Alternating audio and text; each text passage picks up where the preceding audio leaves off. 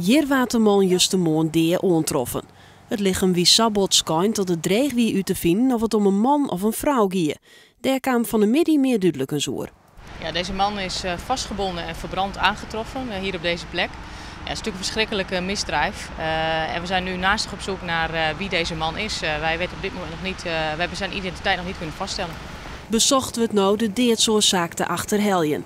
Daarmee had het hele gebied onderzocht op zoek naar aanwijzings. De politie is ook op zoek naar tips. We hebben heel veel vragen aan het publiek en we roepen allerlei mensen op die informatie hebben of misschien wel beeldmateriaal van een bijvoorbeeld woensdagavond. We weten dat die mensen een feestje hebben gehad. We stellen dat er beelden zijn gemaakt. Alles willen wij weten om dit verschrikkelijke misdrijf te kunnen oplossen.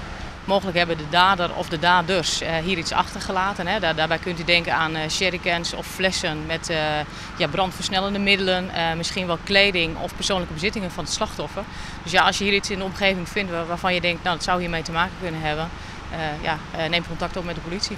Het liep het duidelijk. Een man s'avonds boenfine op een parkeerplak. Dan kan het alleen nog maar gaan om een aanrekening in het criminele circuit. Ik snap dat heel veel mensen dat denken en dat is natuurlijk ook heel snel de eerste gedachte van mensen. Alleen daar willen wij nog wat wegblijven. Wij houden het onderzoek heel erg breed. Dus ik zou daar iets voorzichtig mee zijn. Ja, en ik denk altijd maar zo, als dit uw familielid is of een naaste, dan wil je ook heel graag weten wie dit heeft gedaan. Dus help ons deze zaak oplossen. Waar tinkt wat te weten door de deer van de man wordt vregen contact op te nemen met de politie.